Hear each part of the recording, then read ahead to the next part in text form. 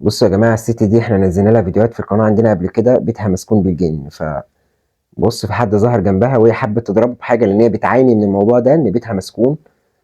فما تعرفش الفيديوهات دي حقيقية ولا مفبركة، بس الست دي يعني فيديوهاتها شهيرة جدا، ونزلنا لها احنا فيديوهات على القناة قبل كده، وهننزل لها فيديوهات تانية. بص يعني الجن عمال يخبط في حاجات ويوقع في حاجات في المطبخ، وهي نفسها بتبقى يعني مشغولة في حاجات تانية. بص يعني حاجات في قمة الرعب.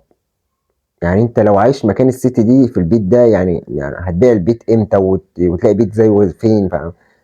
الناس دي اللي يكون في عونها. بص، في حد ظهر هناك يعني اختفى. بص يعني هي منزعجة من اللي بيحصل، حاجة بجد قمة الرعب يا جدعان.